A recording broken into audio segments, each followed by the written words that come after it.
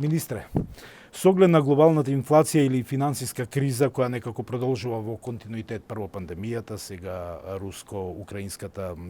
криза, какви мерки и политики се донесени или планирате да ги донесите и каква е стратегијата за, например, имате ли антикризни мерки за поддршка на граѓаните и стопанствата како што имаше за време на пандемијата?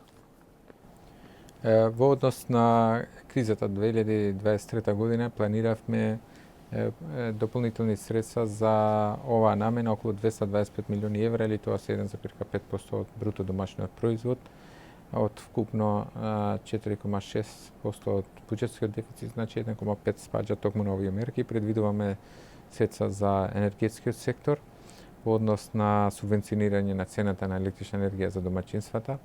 Потоа има дополнително предвидена доколку има потреба за стопанството, како и во мерки што одат преку поволни кредити преку развојната банка, но и преку програмите што ги имаме во труд и социјала што се однесуваат на гарантираниот приход и други мерки по потреба што ќе се појават, како што беше случајот со поддршка на стопанството, посебно на малите и средни претпријатија што се одеше со субвенционирана цена на електрична енергија во одреден временски период за тие да може да обезбедат пониски трошоци за нивното производство, а исто така се користат и мерки за кои се административни времени мерки во однос на ограничување или плафонирање на цените со цел да се стабилизираат очекувањата. Тие се административни краткорочни мерки кои се надвор од пазарната практика, а користиме други исто така инструменти во однос на тоа да може очекувањата за инфлација да се стабилизираат, меѓу кои најглавно е тоа што одиме со фискална консолидација, намалување на дефицитот од 8,7 што беше 8,2 што беше во времето на ковид кризата 2020 до сега да стигнеме на минатата година 4,3, оваа година планирана 4,6, наверојатно ќе биде 4 или испод 4 до крајот на годината.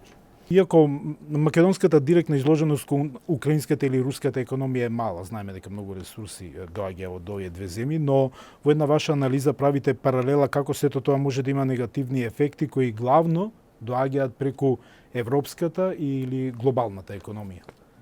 Да, тоа е точно затоа што ние сме мала и отворена економија. Надворешна трговија опфаќа 140% од бруто домашниот производ, со кои околу 80% од тоа е со Европска унија, меѓу кои се главни трговски партнери, каде што како економија што е најмногу погодена од кризата во Украина, односно војната во Украина, и дополнителниот ефект на тоа, освен ресурсите енергетските, за кои сме увозно зависни, исто така е и за прехрамбената индустрија, каде што околу 50% од прехрамбените производи се увезуваат,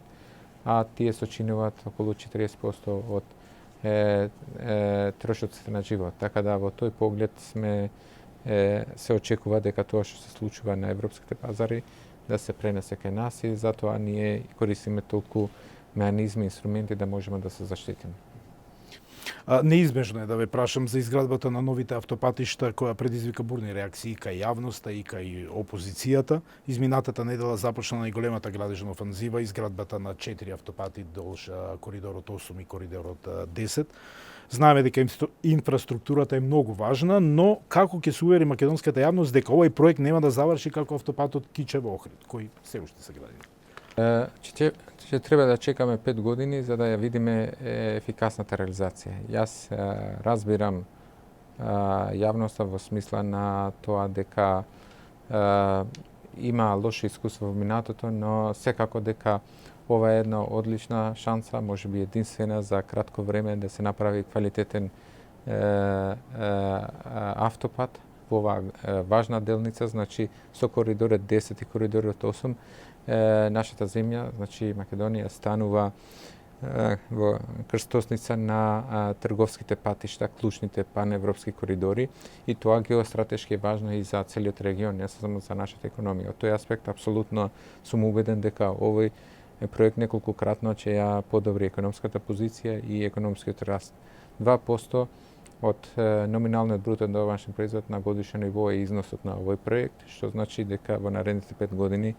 во целина околу 10% од бруто домашниот производ, значи е вредноста на овој проект, така да од тој аспект сметам дека проектот е исклучително важно. Важно е оваа дебата да се расчистат